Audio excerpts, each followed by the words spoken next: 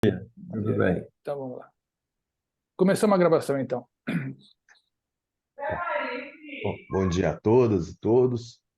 Iniciamos mais uma reunião do nosso grupo de trabalho Transparência e Cidadania Fiscal, do Núcleo de Estudos Fiscais. Cabe ressaltar, de antemão, que as manifestações expressas por integrantes dos quadros da Fundação Getúlio Vargas e por convidados que participam dos eventos e transmissões online representam exclusivamente as opiniões dos seus autores, e não necessariamente a posição institucional da FGV. Reiteramos também que todos aqui presentes concordaram em participar desse evento de forma espontânea e, com isso, autorizam o uso da sua imagem para essa transmissão, que ficará disponível posteriormente nos canais oficiais da FGV. Na reunião de hoje, teremos o prazer de contar com a participação da doutora Tatiana Junger, que é advogada, mestre e doutoranda em Finanças Públicas, Tributação e Desenvolvimento pelo Programa de Pós-Graduação em Direito da UERJ e também é professora de Direito Tributário. A professora Tatiana ela é autora do livro Reforma Tributária, Desigualdade, Tributação e Desenvolvimento, e nos dará a honra de tecer aqui algumas contribuições nessa nossa reunião, em que debateremos o tema da cidadania fiscal nas propostas de emenda à Constituição número 45 e 110, sob a relatoria da doutora Laura Campedelli. Então, para iniciar os nossos trabalhos, passo a palavra ao nosso coordenador acadêmico, professor José Garcês Gerhardt. Muito obrigado, Natan. Bom dia para todos, para todos. É um grande privilégio estar aqui com vocês. Uma das coisas que tem marcado esse grupo é procurar pensar o sistema tributário como, de alguma maneira, a síntese das tensões de poder que atravessam a nossa sociedade. A gente tem dito mais de uma vez que, se você quer entender a estrutura de poder de uma determinada sociedade, você deve olhar para o sistema tributário, não para os discursos políticos que muitas vezes escamoteiam as forças mais profundas. Mas no sistema tributário, em que alguns não pagam nada, alguns pagam muito e alguns pagam pouco, fica muito evidente quem tem força e quem não tem força. A dificuldade de aprovar a reforma tributária, assim como a reforma política, indica a profundidade dos interesses que estão sendo confrontados com as tentativas de mudança. Então, esse grupo sempre pensou o sistema tributário, sobretudo, como uma manifestação muito importante da vida política do país. E, portanto, é preciso agir, refletir e propor a partir dessa perspectiva política. Nesse sentido, o conceito de cidadania fiscal se torna central. Ele supera um pouco a noção importante, mas mais limitada de transparência, em que tem ainda um viés talvez mais administrativo, ou seja, o Estado prestando contas claramente daquilo que faz, por uma perspectiva mais ativa. Não basta a transparência, é preciso a participação popular, e com a participação popular nós temos toda a carga de contradições que nos constitui enquanto sociedade. Então, a reflexão que aqui se faz sobre cidadania fiscal está nessa linha de entender que, longe de ser um debate técnico, o debate sobre direito tributário é um dos debates mais viscerais para compreender a desigualdade brasileira, os potenciais da economia do país e as condições, portanto, de ter uma sociedade mais inclusiva e mais justa. A Laura tem feito um trabalho maravilhoso nessa perspectiva, juntando um pouco da ciência política com o direito tributário e, portanto, tornando mais porosas as fronteiras entre campos, que eu acho que durante muito tempo deixaram o direito tributário insulado numa caixinha técnica, e que agora se expande, graças a Deus, e com a colaboração de tantos que estão aqui, por uma reflexão mais profunda. Nós estamos pensando a sociedade brasileira a partir da sua estrutura de tributos. O nosso olhar é o Brasil, e a nossa chave de leitura são os tributos. Então, com isso, agradecendo mais uma vez a presença de todo mundo, eu passo para a doutora Laura Campedelli, perdão. Bom dia a todos. Muito obrigada, professor, pela introdução, sempre inspiradora. E meu objetivo aqui, então, é fazer só uma breve introdução como relatora, trazer um pouquinho do que nós levantamos no debate anterior sobre o que seria esse conceito de cidadania e cidadania fiscal, e em que medida as PECs 45 e 110, que discutem a reforma da tributação sobre o consumo, elas teriam condições de realizar, resgatar, implementar essa cidadania, ainda não sabemos. Mas antes de analisar especificamente o tema cidadania fiscal, eu tentei dar um passo atrás e jogar alguma luz sobre o fato de que o próprio conceito de cidadania ele revela uma espécie de silêncio na doutrina constitucional brasileira, seguido de uma inexistência de um conceito normativo que possa ser extraído da Constituição de 88. E para formular essa primeira provocação, acerca do sentido do conceito de cidadania apenas, eu me apoiei um pouco nas contribuições do professor Dimitri de Moulis, que, ao analisar as questões de cidadania, nacionalidade e direito dos estrangeiros, ele se deparou com um contexto de absoluta indefinição sobre o conceito. Na análise que ele fez, ele considerou desde o artigo 1º ao artigo 205 da Constituição, e o que ele pôde concluir foi que os termos cidadania e cidadão, eles são utilizados muitas vezes com significados, às vezes incompatíveis, ora um significado técnico, ora um significado leigo. Então, o que nos dificulta identificar qual seria o conceito constitucional, o conceito normativo da própria noção de cidadania.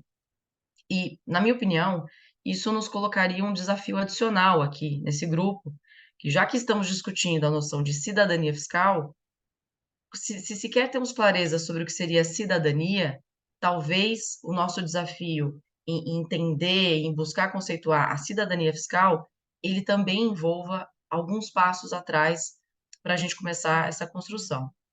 E nessa minha análise, na primeira abordagem, eu tentei realizar uma análise inicialmente exploratória.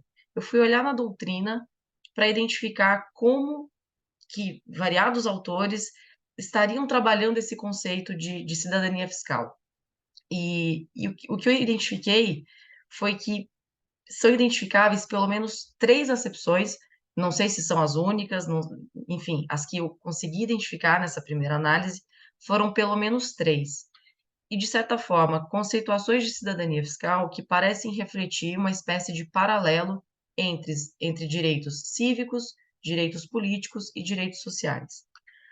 Então, nessa primeira linha, na primeira acepção que eu pude trabalhar, eu inclusive me apoiei nas contribuições de um dos pesquisadores aqui desse grupo de trabalho, que é o Pedro D'Araújo. Ele fez uma tese de doutorado recentemente, que o tema é regressividade cognitiva da matriz tributária brasileira. E na acepção do Pedro, ele parece identificar que a noção de cidadania ela está muito relacionada à questão da participação política dos contribuintes nas escolhas de política fiscal. A crítica que o Pedro traz na tese dele é de que o que se percebe no Brasil, e especificamente na tributação sobre o consumo, é que os contribuintes têm se tornado uma espécie de, nas palavras dele, financiadores acríticos do Estado, porque justamente pela falta de transparência e pela alta complexidade que se tem em tributação sobre o consumo, faria com que os contribuintes estivessem cada vez mais dissociados da figura de cidadãos.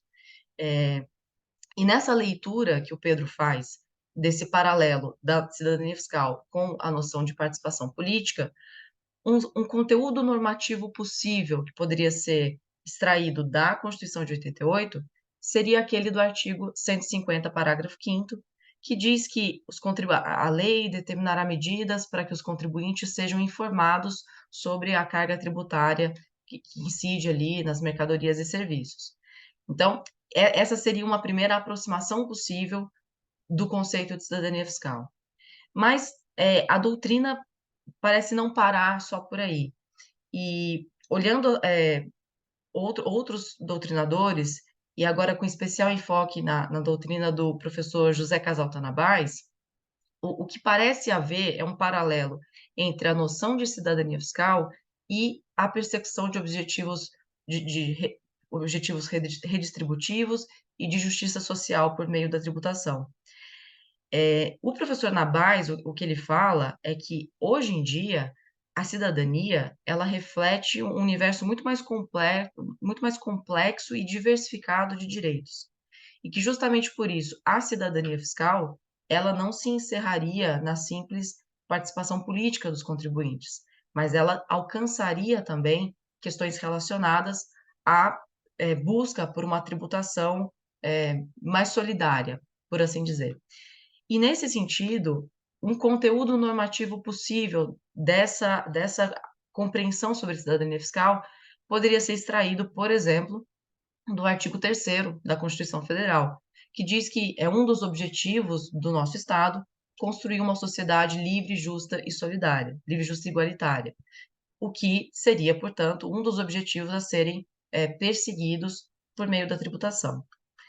E uma terceira acepção possível para o conceito de cidadania fiscal, também extraída da doutrina, é aquela que parece estabelecer um paralelo entre cidadania fiscal e a garantia dos direitos e liberdades individuais dos contribuintes nos atos de aplicação do direito tributário. E nessa corrente, foram muito evidentes as contribuições do professor Eurico de Santi e do professor André Correia, ambos professores da Fundação Getúlio Vargas, no sentido de que o contribuinte ele precisa ter condições de verificar a forma como o Estado aplica, a forma como o Poder Executivo aplica o direito tributário, seja na possibilidade de ter informações sobre se os contribuintes estão sendo tratados da mesma forma, não pode ter tratamento desigual entre contribuintes, seja na própria observância dos requisitos formais do ato de lançamento, se tem motivo, se tem motivação, se o agente é competente, enfim, aqui aquela parte bem técnica mesmo da constituição do lançamento tributário. E a partir dessa leitura que eu fiz, exploratória e doutrinária, eu formulei a seguinte provocação: será que a cidadania fiscal ela não mereceria ser lida como um princípio jurídico extraído da Constituição de 88? Ou melhor dizendo, né, será que é possível construirmos ou atribuirmos um sentido normativo oriundo da Constituição de 88 para isso que nós chamamos de cidadania fiscal? E por que essa provocação? Porque, penso eu, se por um lado a gente ter várias acepções possíveis sobre o tema é algo positivo, é algo que nos permite vislumbrar campos de alcance do tema, por outro lado, essas tantas definições, elas podem esvaziar um pouco a força normativa desse conceito. Então, por isso essa tentativa, esse exercício de tentar extrair um sentido normativo para a noção de cidadania fiscal. E uma forma de tentar testar esse conceito aqui, até de uma forma um pouco mais concreta, foi ver em que medida as PECs 45 e 110, elas teriam ou não condições de trazer ou de incrementar a noção de cidadania nessas diferentes frentes identificadas pelas contribuições doutrinárias sobre o tema. E aí eu optei por olhar dois mecanismos que estão presentes tanto na PEC 45 como na PEC 110, que foram os seguintes. O primeiro foi a questão da simplificação das alíquotas e da tributação no destino. E a pergunta é, será que esses mecanismos, eles não teriam boas condições de aumentar a cidadania fiscal, compreendida como aumento da participação política dos contribuintes nas escolhas de política fiscal? E para tentar trabalhar esse tema, o que eu vi foi que, e muito se debate, inclusive nós temos um GT no NEF que está debatendo muito a reforma tributária, mas existem vários estudos que mostram que justamente essa multiplicidade de alíquotas, ela gera complexidade, ela gera custos de conformidade, e ao tirar a transparência do sistema tributário, ela acaba muitas vezes por favorecer grupos de interesse, grupos de poder, na obtenção de regimes diferenciados. Então, nesse sentido, a simplificação das alíquotas proposta pelas PECs 45 e 110, ela teria sim, ela, ao menos teoricamente, tem condições de incrementar a participação política dos contribuintes na tributação. E quando falamos na questão da tributação no destino, esse mecanismo, o que ele parece trazer de interessante em termos de resgate da participação política, é o fato de que, se a cobrança do tributo ela é feita no destino, significa que aquela arrecadação ela está indo para o lugar onde aquele contribuinte mora, onde aquele cidadão mora, e onde ele está pedindo serviços públicos, onde ele está consumindo aquilo que ele espera do Estado. Então, isso faz com que o ônus político do governador, do prefeito, no momento de aumentar uma alíquota, ele fique um pouco mais evidente. E o segundo mecanismo que eu coloquei aqui para a gente analisar e pensar se teria condições de trazer mais essa noção de cidadania fiscal, foi a questão da devolução do imposto para as famílias de baixa renda, tem sido chamado de cashback, e se esse mecanismo proposto pelas PECs não teria uma conexão importante com a cidadania fiscal, compreendida naquela segunda dimensão de incremento da solidariedade social, de construção de uma sociedade mais justa e igualitária por meio da tributação. E também, sobre esse tema, muitos estudos já foram realizados, estudos interessantíssimos de economistas, de cientistas políticos, mostrando, e de tributaristas, claro, mostrando que o atual modelo de seletividade, ele é completamente falido, né? Ao diferenciar o que seriam produtos que deveriam ser consumidos ou não por famílias de baixa renda, isso, além de ter um caráter bastante paternalista, né, e de certa forma, por que não um pouco autoritário, de dizer o que é ou não um produto que deve ser consumido por uma família de baixa renda, ele acaba excluindo da tributação, ele acaba onerando determinados bens que supostamente não são consumidos por famílias de baixa renda, mas são, que é telefonia, energia elétrica. Então, a desoneração de produtos da cesta básica, ela acaba por reequalizar isso, onerando outros produtos que são igualmente consumidos por essas famílias. E nesse ponto, eu não sei se todos aqui tiveram a oportunidade de ver o relatório sobre a PEC 45, e nele também nós tivemos a participação de um dos pesquisadores aqui do grupo, que foi o Breno Vasconcelos. Na página 55 do relatório, o Breno fez uma excelente pontuação, mostrando que é muito mais eficiente hoje em dia, e diversos estudos demonstram isso, é muito mais eficiente fazer política pública via orçamento, via redistribuição de renda, via programas que devolvam dinheiro a essas famílias, do que via benefícios fiscais, o que seria uma boa demonstração de que o cashback é mais eficiente que a desoneração da cesta básica. Então, também nessa segunda acepção aqui do que seria a cidadania fiscal, isso seria a provocação aqui será que as PECs trazem mecanismos que promovem a cidadania fiscal?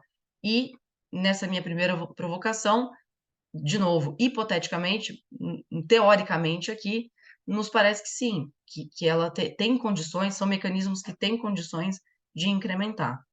Então, foram basicamente essas as minhas, de novo, provocações para a gente suscitar aqui o debate. Eu passo agora a palavra à nossa convidada, a professora Tatiana, e já agradecendo novamente pela participação dela no nosso grupo. Obrigada, Laura, pela palavra. Obrigada a todos pela recepção aqui no grupo. Fico muito feliz de poder contribuir com os debates. Laura, agradeço pelas palavras, pela introdução pelo panorama da sua pesquisa, porque aqui minha intenção será apresentar a minha pesquisa, a pesquisa que eu fiz no mestrado, a pesquisa que eu estou fazendo no doutorado, e ir relacionando com esse conteúdo normativo que você tão bem está atribuindo para essa expressão que a gente escuta tanto, mas pouco se compreende, que é a cidadania fiscal. Bom, no mestrado, eu acabei falando no nosso primeiro encontro, eu pesquisei o sistema, né? Meu objeto foi sistêmico, foi um objeto bastante amplo, e eu busquei pensar do nosso sistema aspectos, né, tributários que tornavam a tributação regressiva. Até o Natan, me apresentando, ele falou o título da minha dissertação, do livro, né? A versão comercial da dissertação.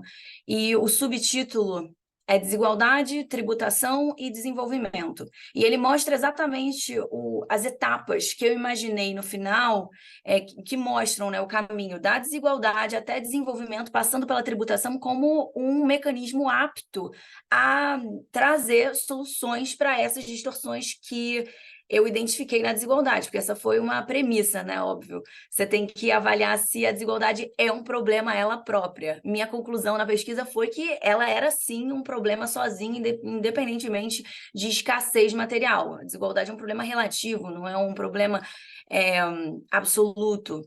E identificando ela como um problema, eu localizei a tributação como uma política pública capaz de trazer soluções para essa desigualdade, de maneira não só a produzir justiça fiscal, como também desenvolvimento econômico.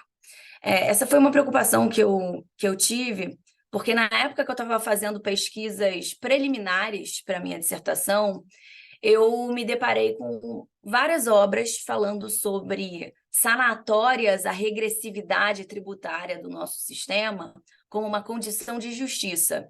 E eu queria ir um passo além e analisar isso sob uma ótica de eficiência econômica, de performance econômica, de desenvolvimento. Desenvolvimento não apenas associado à ideia de crescimento, mas um desenvolvimento qualitativo, né? Proporcionando resultados positivos para uma sociedade como um todo. E aí, no mestrado, eu tive essa preocupação de analisar o sistema. Um ponto central para mim foi definir regressividade. O que é a regressividade de um sistema tributário? Quando a gente diz que o sistema tributário é regressivo, o que a gente quer dizer? A regressividade é um conceito, uma antítese à progressividade, e progressividade é um conceito que é muito próximo de nós. A gente está acostumado a falar em progressividade, e do ponto de vista jurídico-técnico, né, a progressividade é uma progressão, uma progressão crescente de alíquotas, diretamente proporcional a uma progressão crescente de bases de cálculo. Então, se a gente fosse pensar na regressividade como algo que é o contrário da progressividade, a gente ia pensar numa progressão crescente de alíquotas, inversamente proporcional a uma progressão crescente de base de cálculo. Só que a gente encontra isso no nosso sistema como um todo? Não. Então, a gente tem que superar ou ir um passo além da noção de regressividade jurídica, técnica, e pensar em um conceito de regressividade econômica. E partindo da noção de regressividade econômica, eu consegui localizar diversos tributos que produzem esse efeito, né? E mascaram as alíquotas efetivas com alíquotas nominais, que eventualmente, isso no imposto de renda, por exemplo, é bem evidente, mascaram uma progressividade, na verdade, evidenciam uma progressividade que, na verdade, é uma mera máscara de uma realidade que é regressiva. E nessa minha empreitada de analisar a regressividade do sistema, avaliar se a regressividade é um problema e tentar prescrever soluções, a minha conclusão sistêmica, né, avaliando o sistema como um todo, envolveu também localizar o imposto de renda como um imposto estratégico para sanar o sistema como um todo. Principalmente porque o Brasil não é um país que tenha uma renda elevadíssima, né? É um país pobre. Então, a gente, de certa maneira, precisa, para viabilizar o orçamento, tributar consumo. A gente não tem como escapar do consumo. E a tributação do consumo, e não obstante certas técnicas de mitigação da injustiça fiscal, da regressividade que é íncita a essa tributação, ela é regressiva por natureza. Aí você pode implementar um cashback ou alíquotas seletivas, como a gente faz hoje, ou cashback que está sendo ventilado, está sendo praticado, inclusive, no Rio Grande do Sul. E isso são mecanismos válidos, um é mais válido do que o outro, depender, né, de como que a gente... dos critérios, né, de análise desses mecanismos, institutos, mas, de maneira geral, o que a gente pode identificar? Que a tributação do consumo, de qualquer maneira, vai ser regressiva, a regressividade vai ser menor ou maior, a depender desses mecanismos, mas ela é regressiva. Então, a tributação da renda no sistema tem um papel compensatório. Ela precisa ser progressiva. Para que, num sistema que precisa tributar consumo de uma maneira substancial, como é o Brasil, porque a gente não tem tanta renda, a gente consiga fazer o jogo lá de pesos e tenha um sistema equilibrado de maneira geral. E aí, eu faço o gancho da minha pesquisa do mestrado com a pesquisa do doutorado. Porque eu terminei o mestrado assim, o centro, o ponto central, o esqueleto da minha prescrição foi imposto de renda. Imposto de renda. Então, no doutorado, para o doutorado, eu preparei um projeto de tese focado no imposto de renda. E focado especificamente na tributação dos lucros e dividendos. Porque no nosso formato, né, de tributação da renda, o grande responsável por tornar essa progressividade aparente uma regressividade efetiva é a isenção que nós temos. E essa foi foi o meu gancho para entrar no doutorado pesquisando imposto de renda. E aí até a Laura trouxe o conteúdo normativo da cidadania fiscal como um parâmetro para analisar a viabilidade e a qualidade das prescrições da PEC 45 e da 110. E aí eu vou usar o gancho do conteúdo normativo dela, e essa é a proposição que eu trago aqui, para analisar a tributação de lucros e dividendos, ou a isenção, né, ou outros métodos integrativos, à luz desses critérios, à luz da cidadania fiscal, tal como ela é compreendida com os critérios apontados pela Laura. Para fazer um panorama sobre a minha pesquisa, o que eu me preocupei? Analisar a integração econômica entre o imposto de renda da pessoa física e o imposto de renda da pessoa jurídica, né? Porque a isenção dos lucros e dividendos nada mais é do que um método de integração de duas bases, duas materialidades que uma precede a outra, né? Elas podem ser compreendidas como o mesmo fenômeno econômico, dependendo da linha que você adota, é o mesmo fenômeno econômico, ou não. E se não forem o mesmo fenômeno econômico, pelo menos uma precede a outra. Então, é importante entender, foi importante para mim superar essa compreensão. O que acontece na tributação da renda corporativa? Quando você tributa na PJ e depois tributa na pessoa física, eu estou fazendo uma dupla oneração, essa dupla oneração procede integrar isso, e isso foi uma das minhas perguntas chaves. É uma obrigatoriedade constitucional ou será que é apenas uma possibilidade? E sendo uma possibilidade ou uma obrigação, será que a Constituição ela traz parâmetros capazes de nos prover uma hierarquia de métodos integrativos? Porque quando a gente fala da integração, não é só a isenção que surge como uma forma possível de mitigar ou eliminar essa dupla oneração. Desculpa, gente, minha garganta. E aí, é muito comum esse tema, né, da tributação de lucros e dividendos, é muito comentado à luz de máximas axiológicas, desprendidas de contexto histórico e análise econométrica. Então, disse que integrar é uma decorrência natural de um sistema tributário que se aloca numa Constituição liberal. Seria natural ao princípio liberal que a gente consiga pensar de uma Constituição. Por outro lado, não integrar, para muitos autores, é uma decorrência natural da obrigação do Estado de diminuir desigualdades mediante política pública. E eu identifiquei que essa correlação axiológica não é uma regra. Não é uma regra. Pelo menos a gente partindo dos 3 modelos que foram originários dos debates que se dão em relação a integrar ou não a renda corporativa, o lucro corporativo com a renda corporativa. São 3 modelos paradigmáticos que surgiram assim na origem. E quando eu digo origem, eu digo a época de desenvolvimento do capitalismo industrial das grandes potências mundiais. Então, foram 3 modelos que surgiram. O primeiro modelo que surgiu, eu não estou falando em ordem temporal, são 3, o primeiro que eu resolvi comentar agora. É o britânico, de tributar em uma ponta apenas. Ou seja, só tributar a empresa ou só tributar a pessoa física. Como regra, a pessoa física, em algumas situações, a empresa, mas quando tributava a empresa, não tributava a pessoa física, né, que oferia a renda da empresa, após distribuição.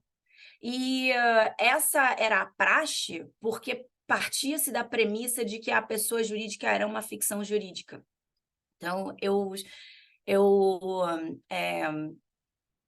analisando a doutrina a respeito desse tema, eu verifiquei que os sistemas, eles baseiam seu desenho fortemente na teoria de personalidade jurídica que é assumida como premissa.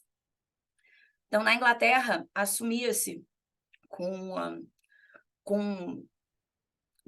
não era pacífico, né? Mas assumia-se largamente na teoria da ficção da pessoa jurídica. Por outro lado, nós tínhamos um outro modelo se desenvolvendo nos Estados Unidos, que era o sistema clássico, chamado sistema clássico, que tributava nas 2 pontas, pessoa física, pessoa jurídica, tributava a empresa, tributava a pessoa física que oferia a renda dali, com a distribuição de lucros.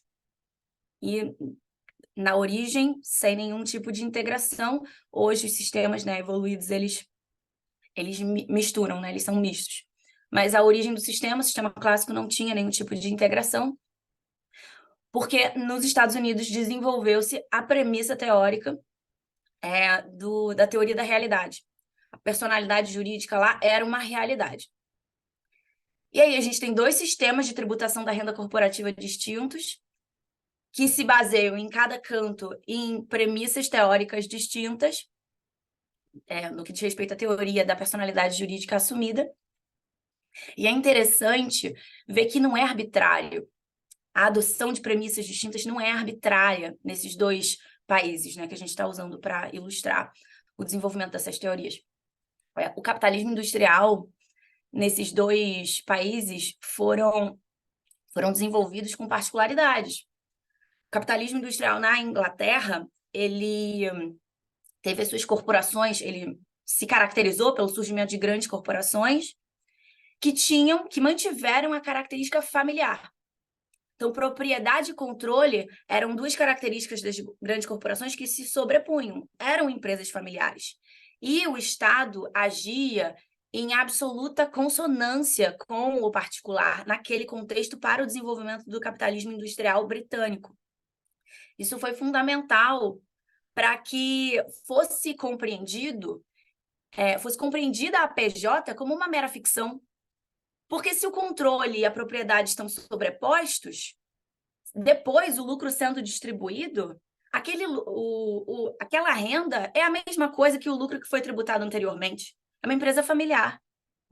Então, ficava muito evidente, né, que a pessoa jurídica era uma realidade, era um arquétipo do texto legal que estava lá apenas para viabilizar a assunção de deveres e direitos. Por outro lado, nos Estados Unidos, as corporações elas se desenvolveram diferentemente. E lá, controle e propriedade foram apartados. Porque o contexto era de mais desconfiança com as grandes corporações. E por essa desconfiança, em citar aquela época, né, de desenvolvimento do capitalismo industrial norte-americano, o controle teve que ser apartado, teve que ser profissionalizado. E se as decisões societárias não estavam eminentemente vinculadas com a família proprietária daquele capital, então a empresa ela tem uma existência que é relativamente autônoma em relação à existência das pessoas jurídicas que estão por detrás daquela corporação. Então, os contextos, eles influenciam na premissa, né, sendo teoria da realidade aqui nos Estados Unidos, teoria da ficção lá no Reino Unido, e a premissa influencia o sistema tributário que se constrói a partir dali. Aí eu falei que são 3, né? O terceiro modelo surgiu na Prússia, e ele é um modelo mais ou menos, ele era, né, um modelo mais ou menos híbrido, porque desenvolveu-se um sistema clássico, tal como nos Estados Unidos, as corporações lá tinham uma feição parecida com as norte-americanas no sentido de você ter uma gestão profissional, então você conseguia localizar realidade, né? Realidade na existência daquela pessoa jurídica, independentemente das decisões das pessoas físicas por detrás dela, mas o Estado era parceiro.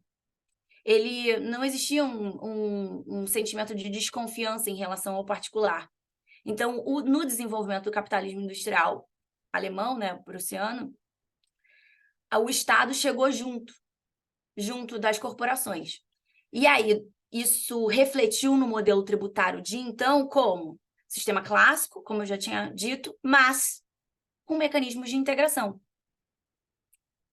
Aí, então, tinha hipóteses de isenção, tinham hipóteses de alíquotas reduzidas na distribuição de lucros.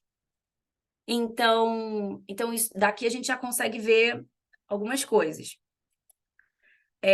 Primeiro, 2 coisas, basicamente, que eu gostaria de apontar. Primeiro, a premissa axiológica não influencia, ela não obriga ter ou não ter integração. Espera aí.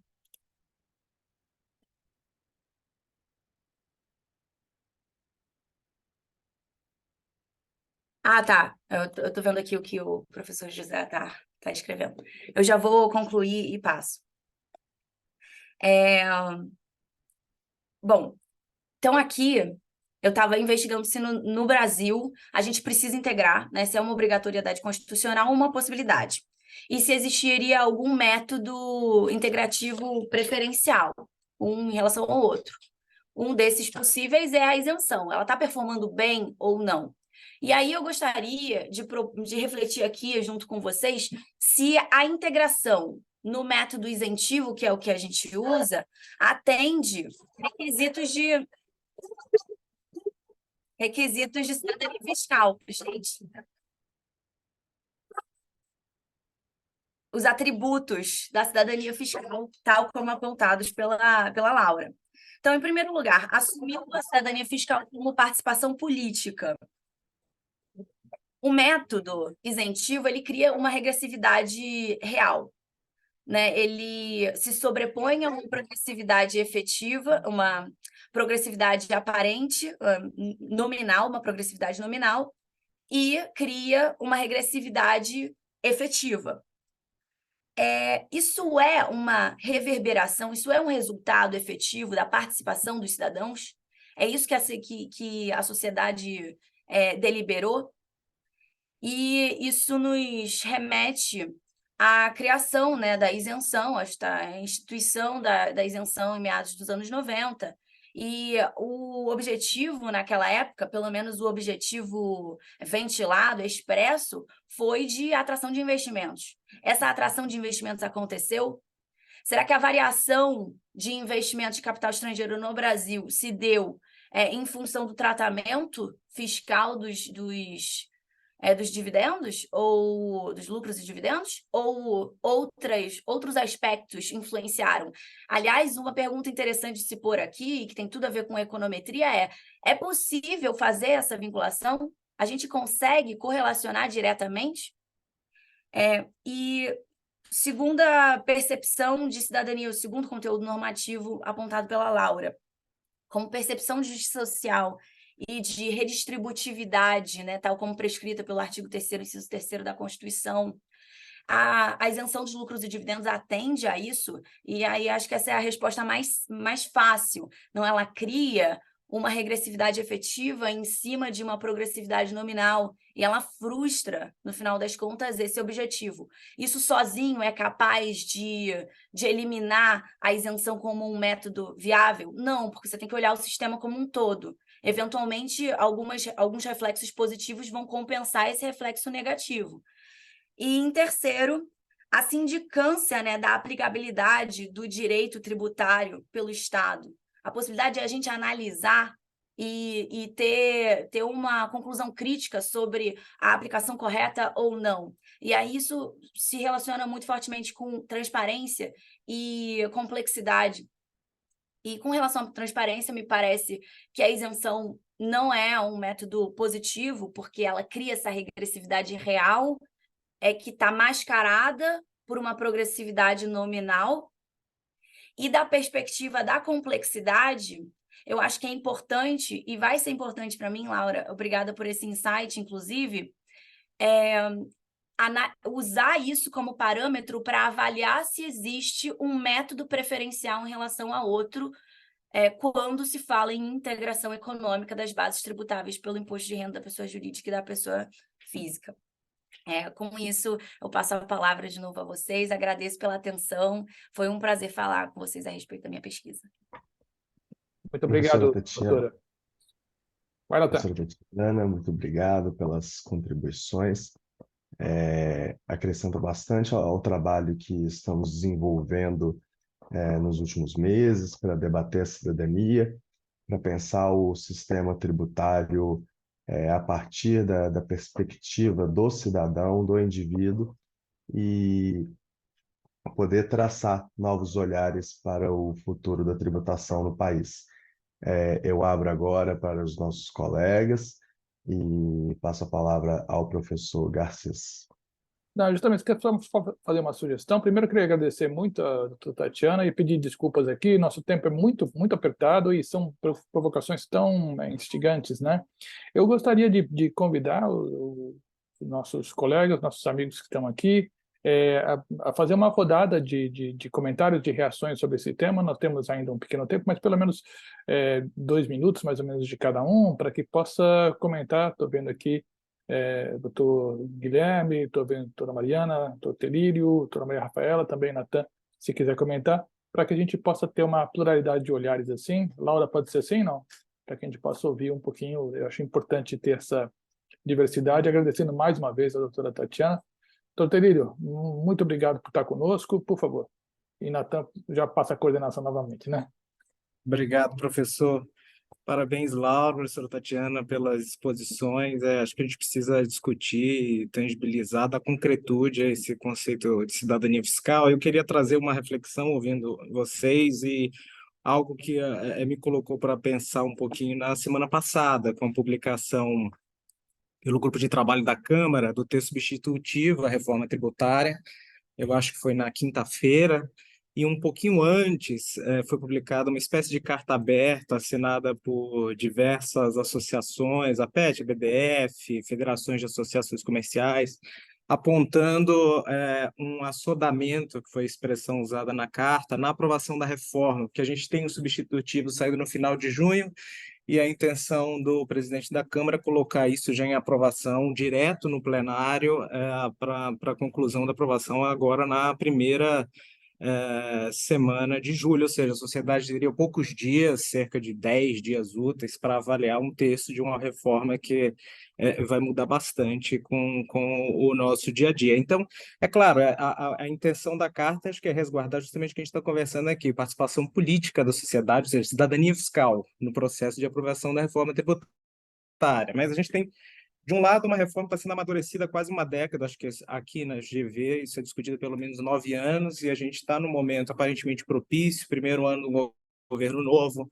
Finalmente, aparentemente, a gente tem um consenso construído aí entre estados e municípios, mas, de outro lado, a gente tem algumas manifestações legítimas, como essa carta assinada por várias associações, de que não poderia o substitutivo da reforma sair no final de junho para ser já aprovado direto pelo plenário da Câmara na primeira semana de julho. Então, a reflexão é: a cidadania fiscal, ela comporta limitações? Eu concordo que a gente tem que enxergar isso, a proposição feita pela Laura, como um princípio. Mas esse princípio ele comporta limitações. A gente sempre está falando de algo que é processo legislativo, é um processo político. É a tentativa de construção de um consenso que não é perfeito, é difícil a gente alcançar um consenso 100%, quando não é impossível. Mas também a gente não pode ficar debatendo indefinidamente os assuntos, sob prejuízo da gente não avançar com agendas importantes, como a agenda da reforma tributária. Laura, professora Tatiana, eu não sei se vocês têm uma visão sobre isso, os colegas também. A cidadania fiscal, ela tem limites para a cidadania fiscal, como um princípio, ele comporta imposições, ele comporta limitações, um pouco a reflexão que eu queria colocar. Muito obrigado, Telírio. Vamos na sequência à nossa rodada de participações, contribuições dos colegas. Abre aqui o espaço para quem queira fazer mais uma colocação.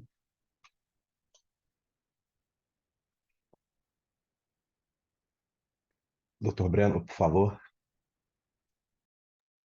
Obrigado, Natan. Bom dia. Laura, Tatiana, assim, foi ótimo ouvi-las.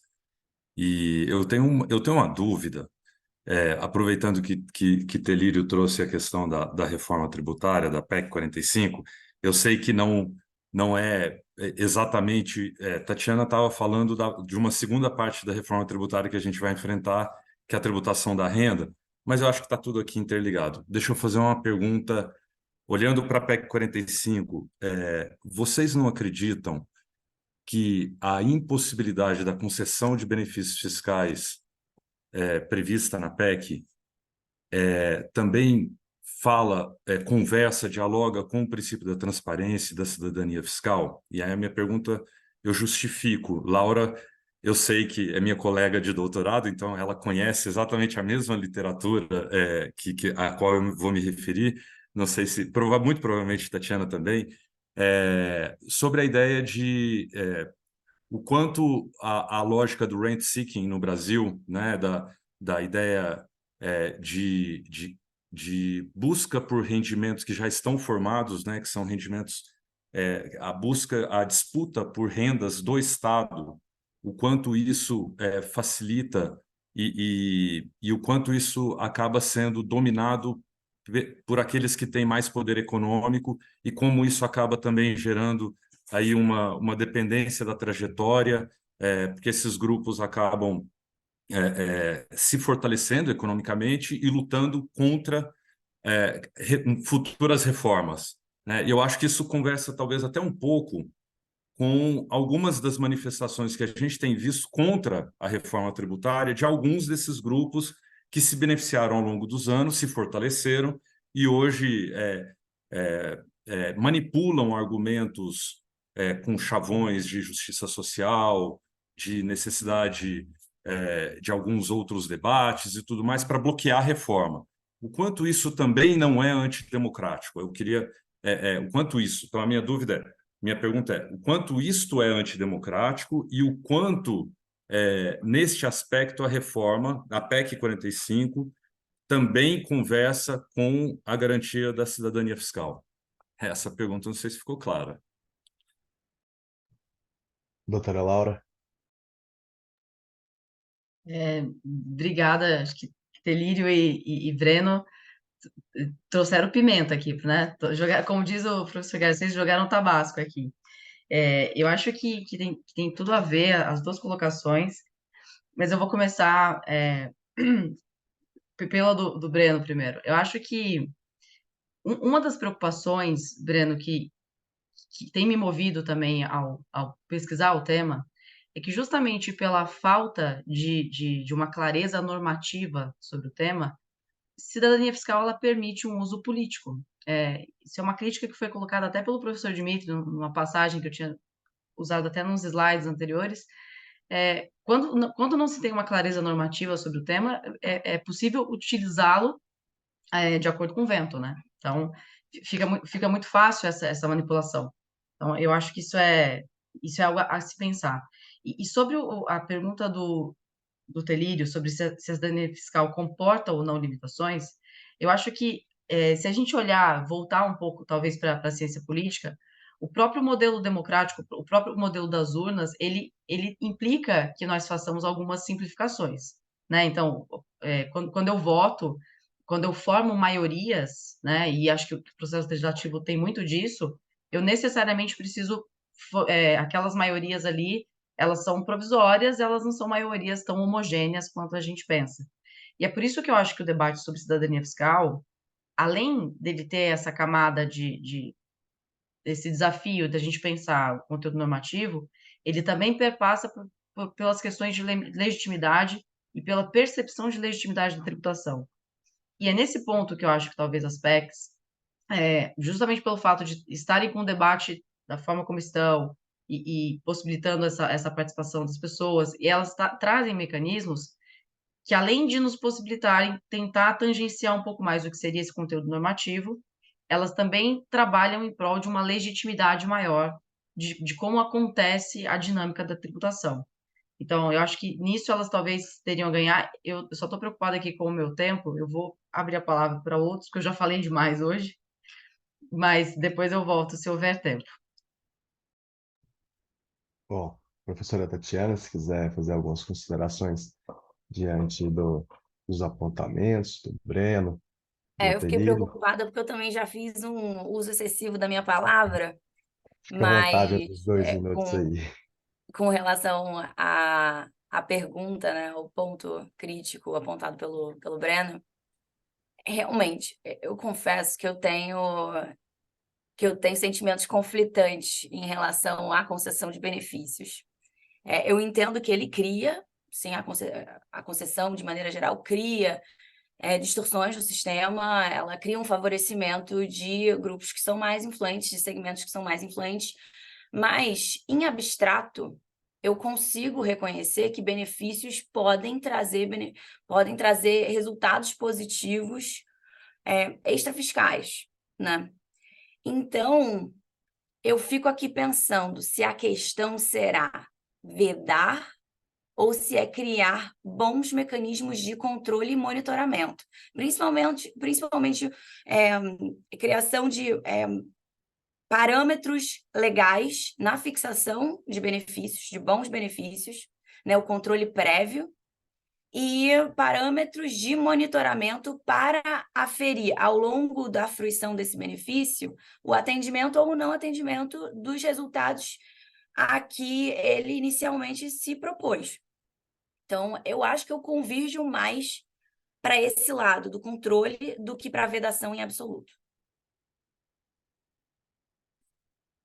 Muito obrigado, professora Tatiana. Temos espaço aí para uma breve contribuição final, mais uns 4 minutos. Professor Garcês, quer fazer uma fala final, por gentileza? Bom, primeiro eu queria agradecer muito a doutora Tatiana, a doutora Laura e todos os presentes aqui, todos que estão nos ouvindo, manifestar a minha discordância do adjetivo excessivo. Nem a doutora Tatiana nem a Laura fizeram o uso excessivo, porque excessivo é quanto é demais, e a gente gostaria de ter mais tempo ouvindo. Nós temos um formato muito, muito curto aqui, e, de certa maneira, a natureza desse grupo de trabalho é levantar questões. Eu acho que essa é uma das grandes funções aqui. A gente não vai fechar respostas, acho que todo mundo está cheio de coisa para pensar. O Telírio e o Breno lançaram dois petardos importantes aí. Eu tenho certeza que Guilherme, a doutora Mariana, a doutora Maria Rafaela também teriam coisas a dizer. Eu também fico aqui pensando como é que a gente conceitua a renda, né? Como é que a gente vê a questão das grandes fortunas, como é que a gente vê a questão do BEPS, né, do Base Erosion and Profit Shifting, como é que as grandes corporações conseguem se tornar invisíveis e muitas vezes gerando uma situação de em casa que não tem pão, todo mundo grita e ninguém tem razão, não é isso? Então, eu acho que, mas o que é muito bom, e eu fico muito contente e muito agradecido, profundamente agradecido a todos que estão aqui hoje, particularmente a da Tatiana e os comentários da Laura, é que eu sinto que nós precisamos recuperar o espaço de reflexão como um espaço conjunto, em que academia, profissionais, órgãos do governo dialogam para tentar pensar essa questão a partir de um olhar grande, que não pense nas pequenas interesses pontuais, mas que pense numa sociedade melhor para todo mundo a médio prazo. E acho que isso não se dá sem a formulação de modelos teóricos mais complexos. Acho que é isso que nós estamos tentando fazer. E a formulação de modelos teóricos mais complexos, por sua vez, não se dá sem a reflexão coletiva, porque uma das grandes maravilhas é que a gente não consegue pensar sozinho. Então, queria agradecer muito a todo mundo que está aqui e passar para o Natan para ele fazer o encerramento formal e pedindo desculpas mais uma vez pelo tempo exíguo que nós temos, mas são as questões desse tempo maluco que estamos vivendo. Então, Natan. Obrigado, professor. Quero ratificar os agradecimentos à professora Tatiana, que nos honrou aqui com diversas contribuições, e fica o convite para a nossa próxima reunião, a ser realizada no dia 3 de julho. Agradeço a presença de todos e desejo a todos uma ótima semana. Gente.